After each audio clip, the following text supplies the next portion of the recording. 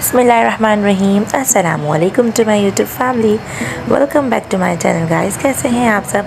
उम्मीद करती हूँ आप सब बिल्कुल खैरियत से होंगे। गाइस आज हमारे किचन में बहुत ही मज़ेदार चागोश बनने जा रहा है, तो चलिए स्टार्ट करते हैं। गाइस यहाँ पर मैंने जो है वो हाफ़ केजी बोनलेस बीफ लिया है और इसी के साथ गाइस मैंने 2 मीडियम साइज़ की प्याज ली है जिन्हें मैंने स्लाइसली कट कर लिया है। 2 चम्मच मैंने यहाँ पर अदरक लहसुन का पेस्ट लिया है।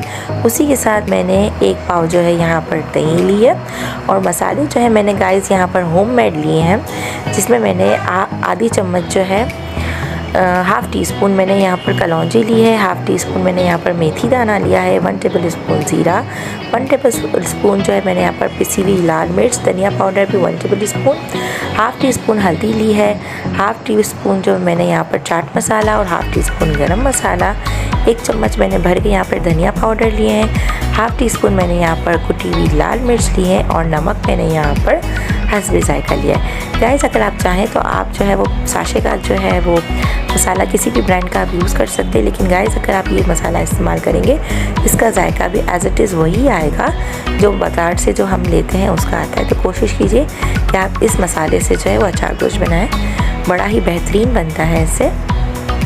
इसी के साथ गाइस मैंने यहाँ पर जो है हाफ़ कप जो है वो ऑयल लिया था और उसमें मैंने प्याज शामिल कर दी और प्याज जैसे ही यहाँ पर फ्राई हो गई तो गाइस मैंने यहाँ पर बीफ शामिल कर दिया और बीफ के साथ ही मैंने यहाँ पर जिंजर गार्लिक पेस्ट भी शामिल कर दिया है और इसे हम अच्छे से यहाँ पर भूनेंगे। और भूनने के बाद मैंने यहाँ पर तमाम मसाले जो है वो शामिल कर दिए हैं।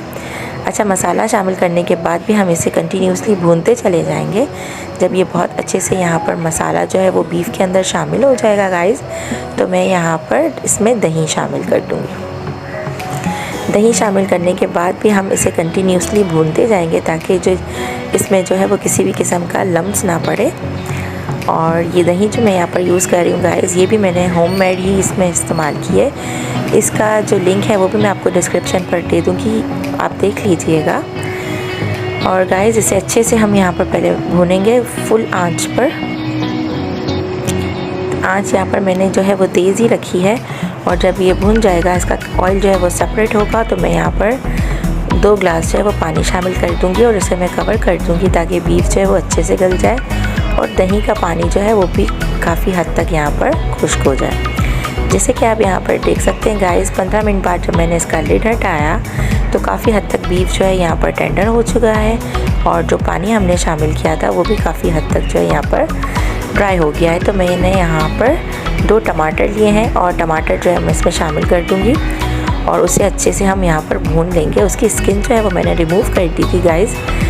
और टमाटर को भूनने के बाद जो है हम इसमें बाकी चीज़ें शामिल करेंगे गाइस। यहाँ पर मैंने 2 टेबल स्पून जो है वो अचार गोश्त का वही मसाला लिया और उसमें मैंने 1 लेमन जो है वो स्क्यूज़ कर लिया है और यहाँ पे मैंने कुछ हरी मिर्चें ली हैं जिसे मैंने सेंटर से कट कर इसके जो सीड्स हैं वो उसे डिस्कार्ड कर दिया और उसके अंदर मैंने मसाला जो है वो शामिल कर दिया है। और ये मिर्चों को भी जो है हम टमाटर गलने के बाद अचार गोश्त के में जो है वो शामिल कर देंगे। इसका टेस्ट बहुत ही ज़्यादा अच्छा आता है।